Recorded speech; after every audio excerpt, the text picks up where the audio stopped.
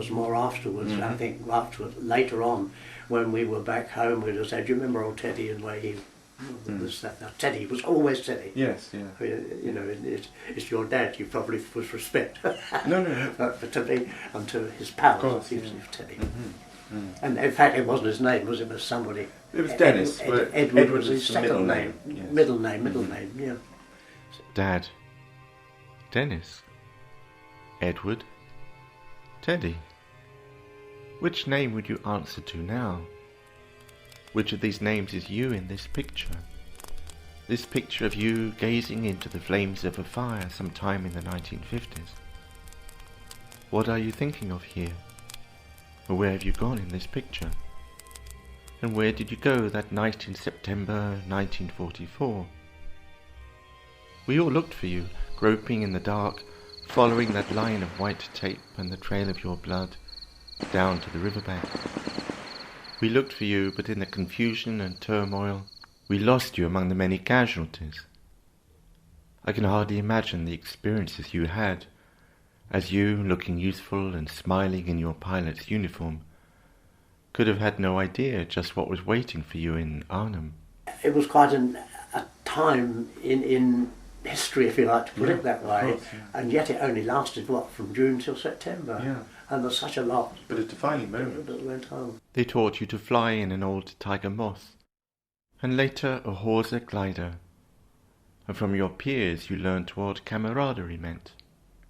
These comrades who were more than just a few names written on an old Dutch banknote. Bernard Osborne, Jack Pickles, Norman Walton, Sam Willard. And after more than 60 years they speak to me, and through their words they reveal something of the person you were in your youth, when you were less than half the age that I am now. But that night in the dark, we all lost sight of you. No, I first met Teddy some weeks before, when I had just finished my training, and he was needing another co-pilot to go with him.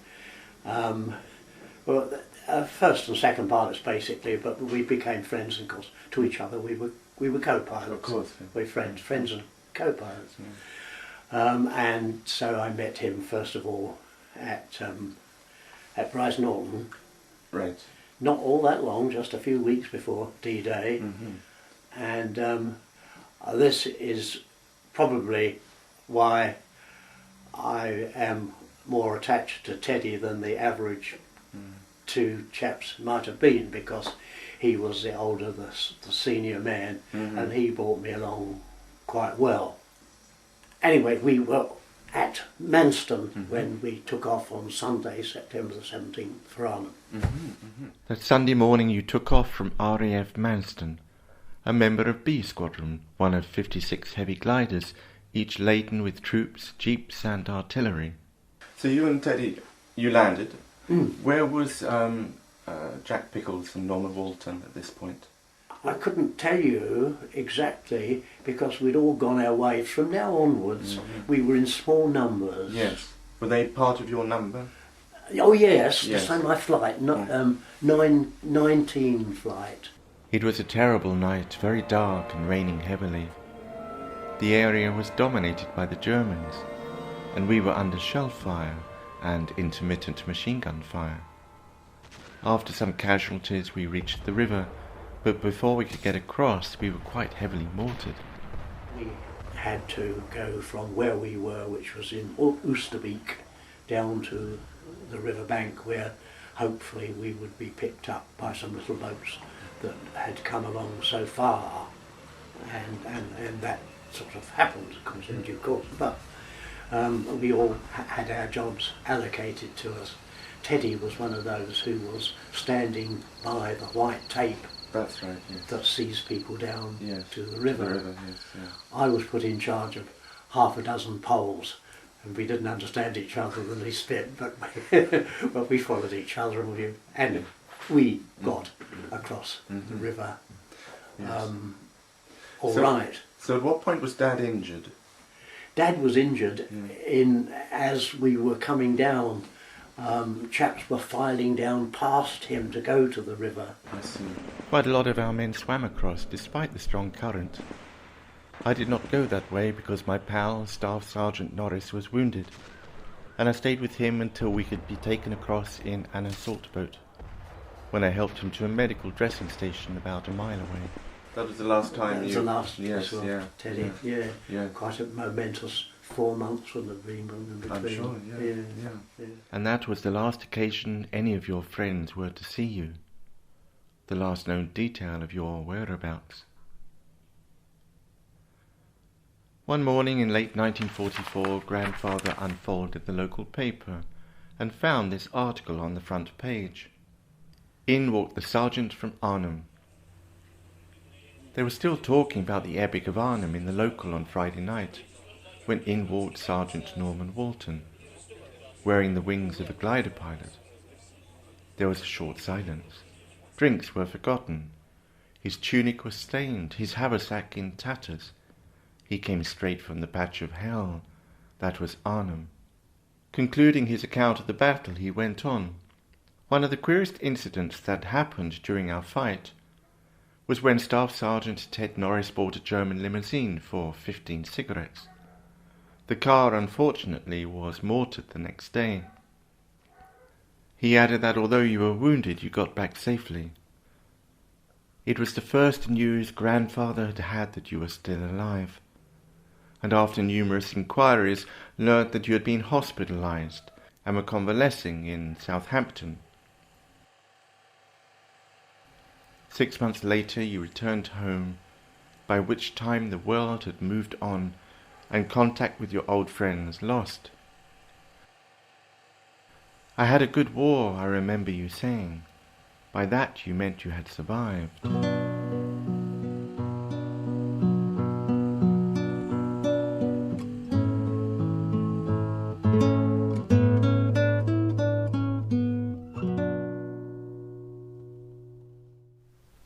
When my father returned home after the war, after spending 6 months recovering from his injuries, he had lost contact with all his old friends. It wasn't until more than 60 years later that Dad was to get word of any of them. In 2005, my brother was able to track down 1 or 2 of Dad's wartime pals, and there followed a brief exchange of letters. 17th of February 2005. Letter to Martin Norris. Dear Martin, pleased to receive your letter. Yes, I am the Jack Pickles mentioned in the cutting. Delighted to hear your father has survived old age like me at 84. Give him my best wishes. My recollections of that dark, wet night when we withdrew from our slit trenches on the perimeter about the Hartenstein Hotel are still vivid. It was a planned withdrawal, moving silently in single file around the perimeter, before striking out through wooded country for the river. We were heavily laden with arms and rucksacks and followed a white tape lane on the ground. Nearing the river we left the wood and began crossing open water meadows.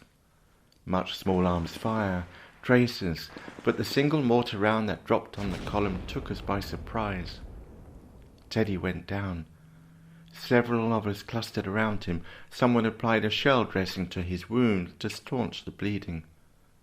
My co-pilot, Sam Willard, and I improvised a litter from rifle straps, and together we 3 staggered to the riverbank. Flimsy folding boats manned by paddling Royal Engineers arrived at intervals, and the boarding orders in all this confusion was that wounded had priority.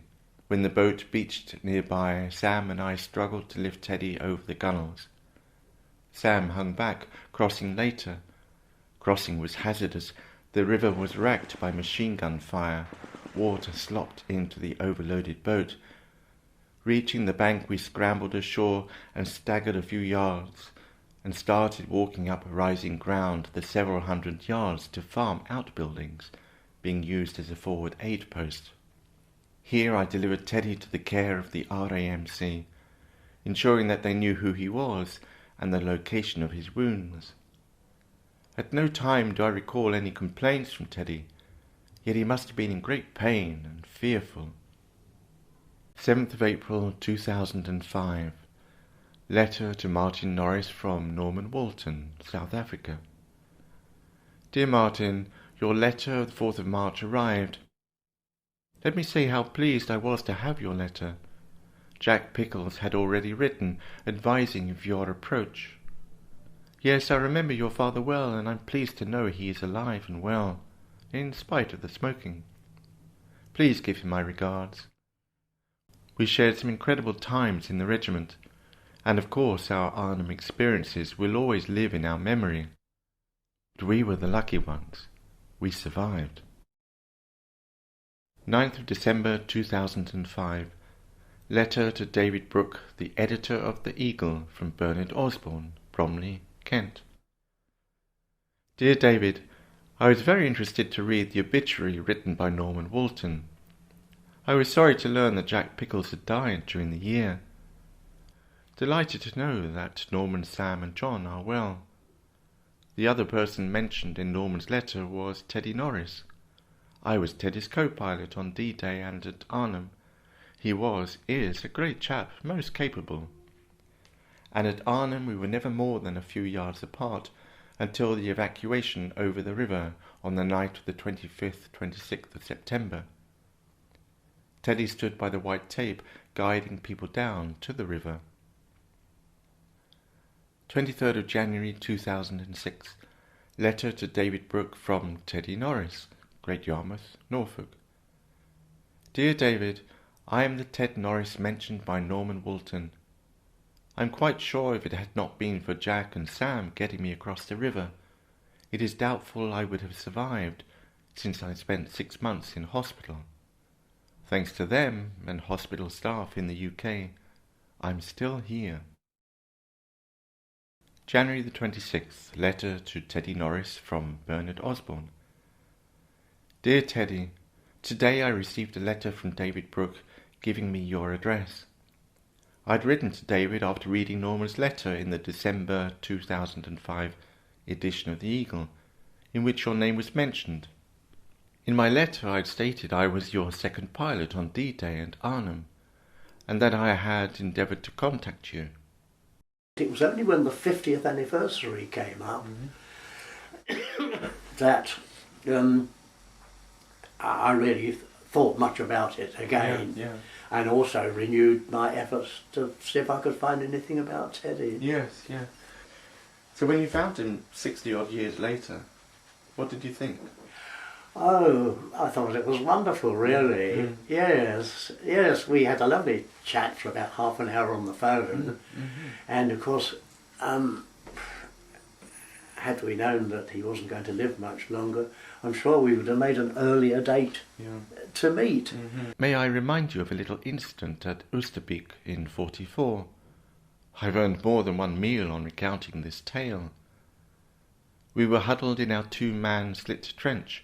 We were being heavily mortared. Suddenly there was a clanking and squeaking of tank tracks, and nearby too. You perked up instantly and said, "A tank! Come on, let's get it." And it's a tank, yes, he said. It's a tank, all right. He said, "Let's go and get it." So I said, "What?" He repeated his question. I said, "Teddy, haven't we got enough trouble here without going and chasing a blooming great big tank with just rifles in their hands?" "Please yourself," he says, somewhat irritated. So I thought, well, that'll be the last I see of Teddy, I'm quite sure. So you went off in pursuit of this tank? So, he went off and he didn't get anybody else to go with him. Not unreasonably. Well, understandably. Anyway, about half an hour later, he came slumping in, sat down in the slit trench. "Well," I said. "It had gone time I got there," he said, most irritably. And that was good, blessing, wasn't it? It was, yeah. You had him another 60 years after that, didn't you? Yeah. You certainly wouldn't have done it. I wouldn't be here. What chances? Yes, One little lad yeah. with a rifle against a tank. Yes. But how did he mean to try and capture the tank? Well, one way, of course, is that if a tank commander commands his tank properly, he really has to have his head out of the turret. And I expect he thought that if he, if he got the tank commander, he might have thrown things into some disarray. The chaps in the tank wondering what they're going to do next. That sort of thing. 31st of March 2006. Letter to David Brooke from Bernard Osborne, Bromley, Kent. The finding of Teddy Norris. Having found Teddy Norris after all these years, it is very sad to report that his son has told me of his death in hospital. Our reunion was not meant to be, but he was able to see the April Eagle article on our locating each other before he died. Although my brother Martin managed to track down and make contact with Dad's comrades after an absence of more than 60 years, we unfortunately never did quite manage to reunite Dad with Bernard or Jack, Norman or Sam. But they were, at least, all aware that each had survived to old age. We owe them all so much.